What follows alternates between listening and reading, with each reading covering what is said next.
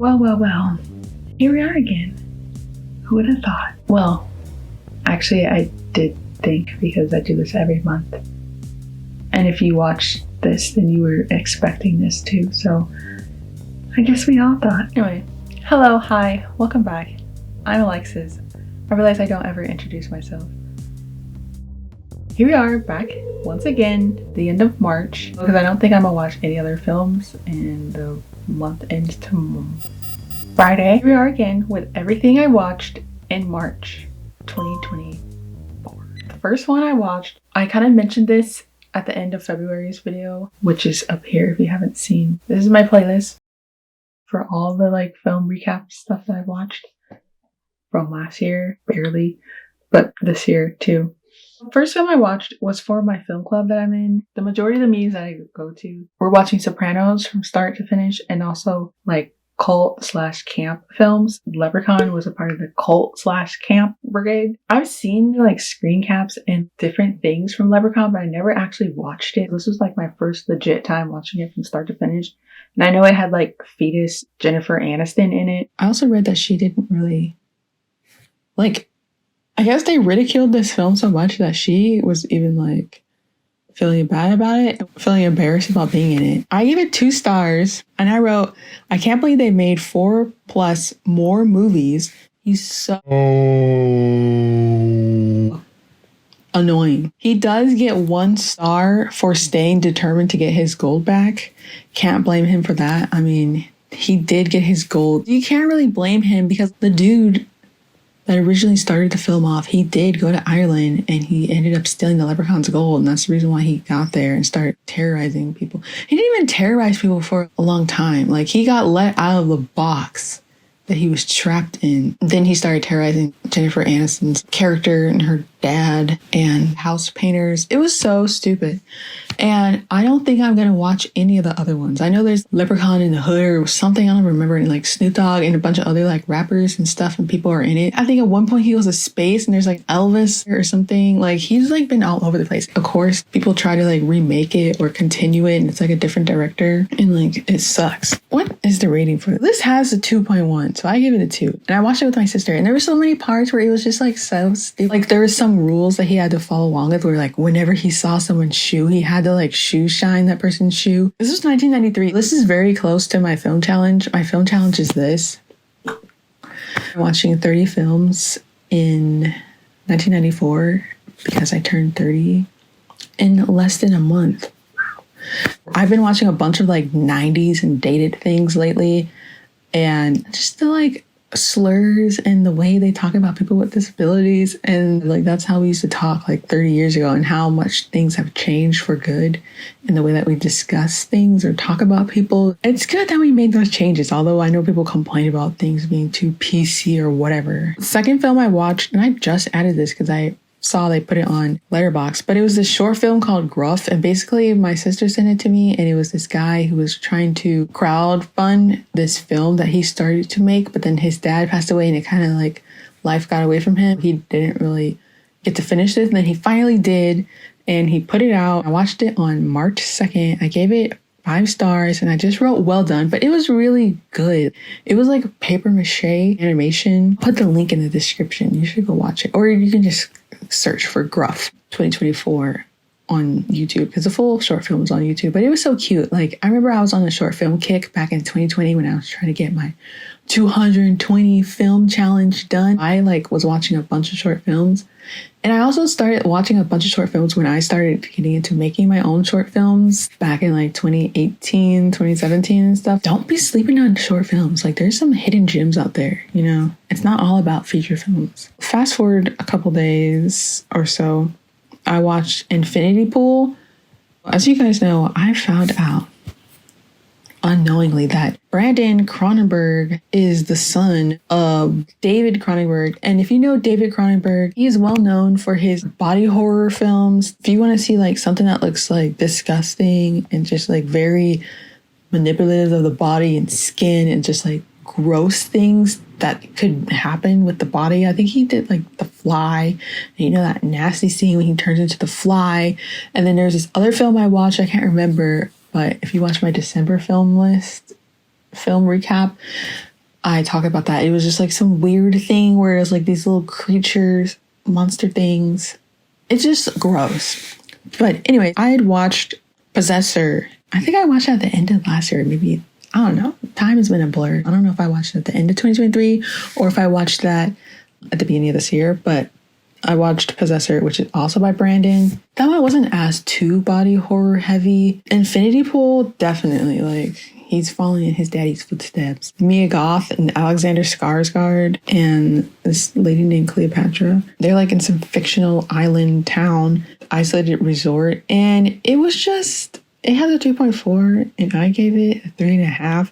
And I said, I'm actually wondering, what the hell did I just watch? It was 118 minutes and I felt every single one of those minutes up until 118 minutes. And my sister fell asleep. She had ended up having to rewatch it at the end, like the next day. It really could have been shortened, 96-minute movie, and then it would have just been there to the point and over with. But it just kept dragging on, and I'm sick and tired of him doing crazy stuff with this group of people. Just spoiler alert. They like go to this island, and if you commit crimes or whatever, they punish you, but they clone your body because they have this treaty or deal or something stupid with the United States. They can't convict or kill someone, or I don't even know if it's just killing. If you like commit a crime, they will kill you. And so this dude like accidentally kills this guy that was walking on a hill. If you kill someone, their youngest or their oldest son has to kill you. And like, but we have this treaty with the United States, therefore we're going to clone you, and then the son is going to kill your clone, and you have to watch your clone be killed. I guess there's this group of people that come to this resort every year to like do a bunch of bad stuff because they know that they can't be killed. Right along, they were trying to recruit him and like made up this whole little lie. Like, she actually read his books and whatnot. Mia Goth's character was so annoying at some point. She just was talking at like such a high-pitched squeaky voice throughout the movie and yelling. She was yelling so much. There's a group of these people that just come to this resort every year and they just do crimes and beat up people and kill people and threaten and do a whole bunch of like crazy stuff just so they could like watch their clones get killed or something. They had to take home these like urns of their like clones. This dude ended up getting like cloned like 3 times or something. He finally went home. His wife left him. It was just interesting. If you want to watch that, there's that. My next film from my film challenge, The Heavenly Creatures, and it was based on a true story. It had fetus Melanie Lynskey, fetus Kate Winslet. Melanie Lynskey's very first role, and this was like Kate Winslet's like maybe second role. I wrote Life Before the Internet Was Wild. It basically was like a true story. 2 girls were in love with each other, and like one of them's mom was like both of their parents were kind of like, what's going on? I think it's based in the 50s, and it's like, you know, that's not allowed. Like, they need to go to conversion, you know, talk to a therapist or something. I don't even remember now, but basically they ended up like killing one of the parents and then like got caught and went to jail, but they got out. This is like a true story. Like I said, part of the like stipulation was that they could never meet, and I wonder if they actually never met. They both changed their names. One of the girls actually became like a well-known author, and she actually like just died in like either 2021 or 2022. And someone was investigating because I think they did like a documentary or something. They like pretty much revealed that that lady is the lady from this story that ended up killing their freaking mom. And then she was like, oh my gosh, like I can't believe that, you know, this is happening. And she's like built a name for herself and like, you know, got to start over in life.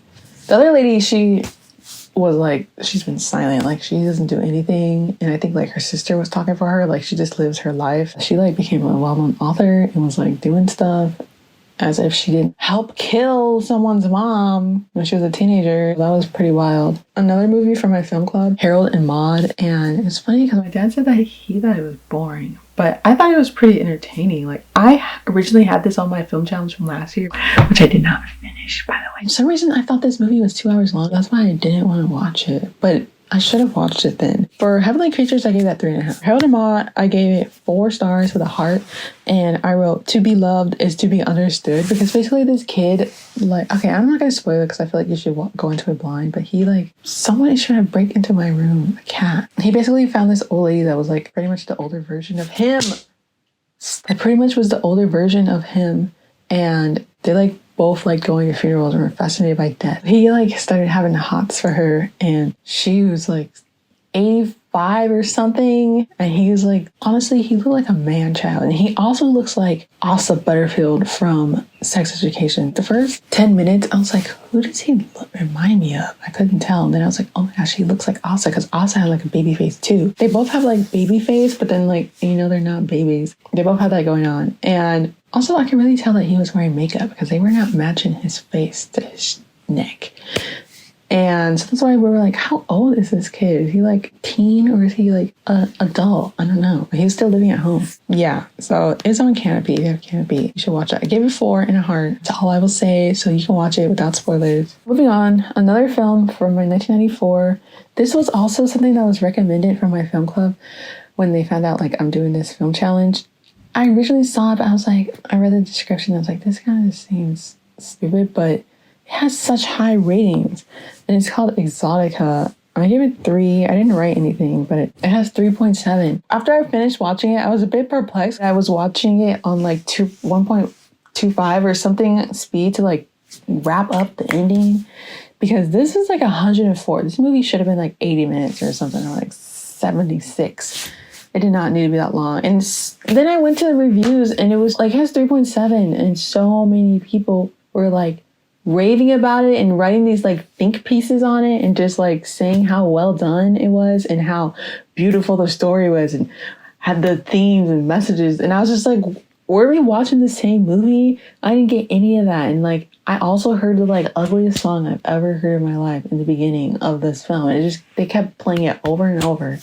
And if you watch this, you're gonna know what I'm talking about. Because I was just like, how is this an actual song? And how are they actually playing this at some like strip club for people to dance to? Because it was not a dancing strip club song. As if I know what dancing strip club song is.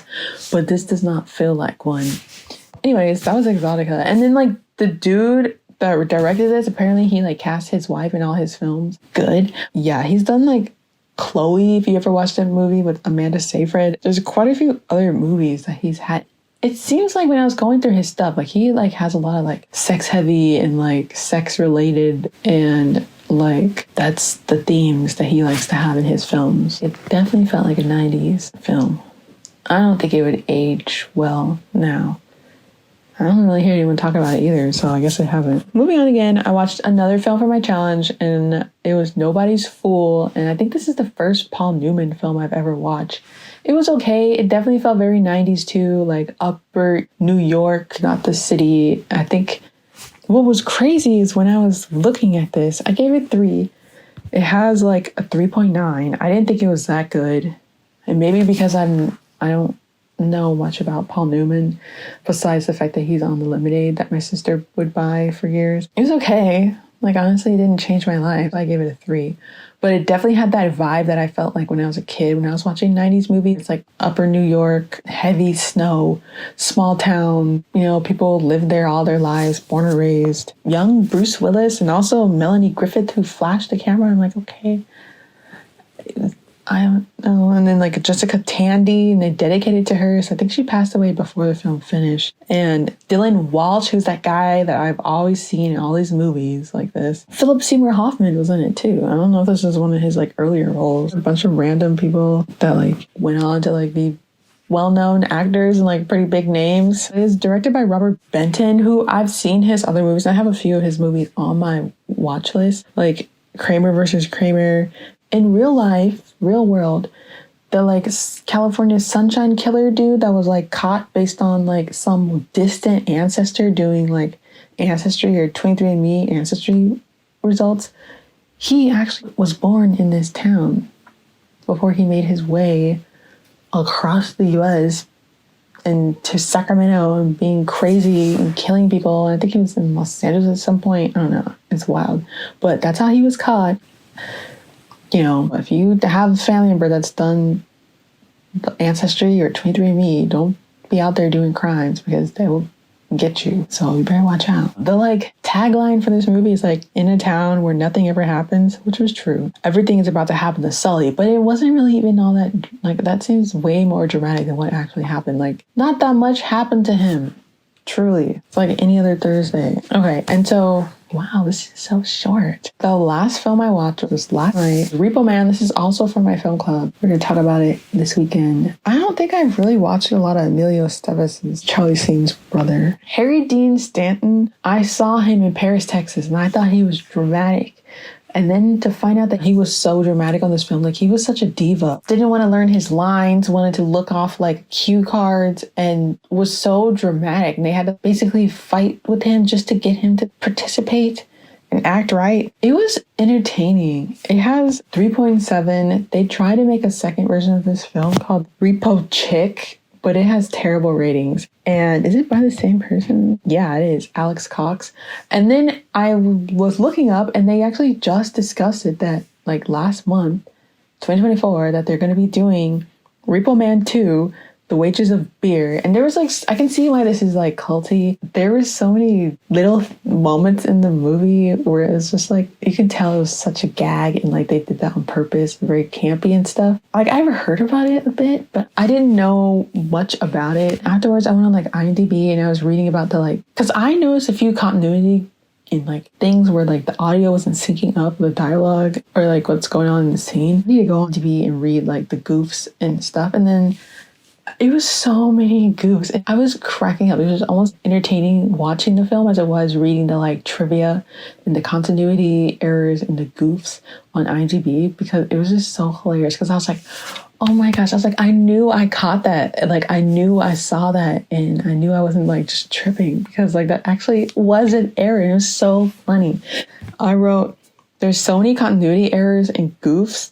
This film is amazing. It's an art. I thought it was entertaining. I gave it 4 stars. You know, since it's the same director, although they're changing the guy, they're having this dude from Twilight, one of the werewolves.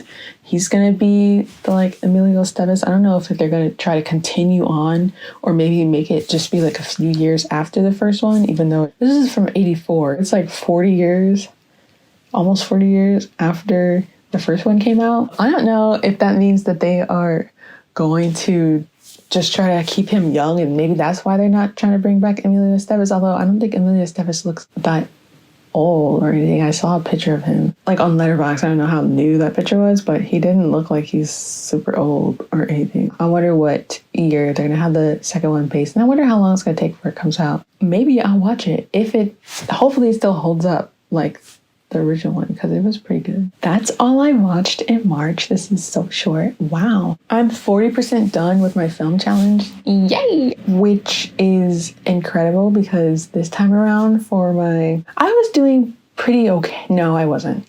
I'm not even gonna lie. I was not doing well for my film challenge last year around this time. I don't think I was even 5% of the way. So to be 40% of the way for this one, it's nice. And it's such a break because it was so stressful last year. Trying to deal with life and also trying to watch those movies and get through. I honestly should have just like jumped around and stopped trying to go in chronological order. Okay, I said it was gonna be short and yet this is still long. I'm just going to wrap this up. I'm making progress. Doubt that I will not complete this film challenge. I know I will. April, I'm just taking it slow. I've only watched like 39 films so far, which seems so small. But yeah, this one's slower. That's good. I want to watch Poor Things, Past Lives, because those both are finally now on my streaming platforms. I'm very much looking forward to that. I think The Anatomy of Falling just got on streaming also. I've heard good things about that. And then Love Lies Bleeding.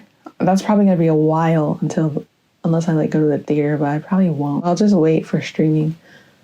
And then, you know, like I said, since A24 is like all on HBO, I'll be digging more into that. Well, thanks for watching. If you watched anything cool or have anything that you're anticipating to watch or looking forward to, let me know in the comments. I'm always taking film recs, even though I have no need to because I've neglected my watch list on every streaming platform and on Letterboxd. I'm looking forward to what I'll watch next month. If you enjoyed this, don't forget to give this a thumbs up, like, and subscribe for more vlogs and more film recaps and whatever else pops out of my brain. All right, thanks for watching, and I'll see you next month. Stop! Ashley, are you outside? No. Be quiet. Somebody busted into my room. How did she get into your room? I'm so glad that wasn't me. Love when it's not me. I can't remember where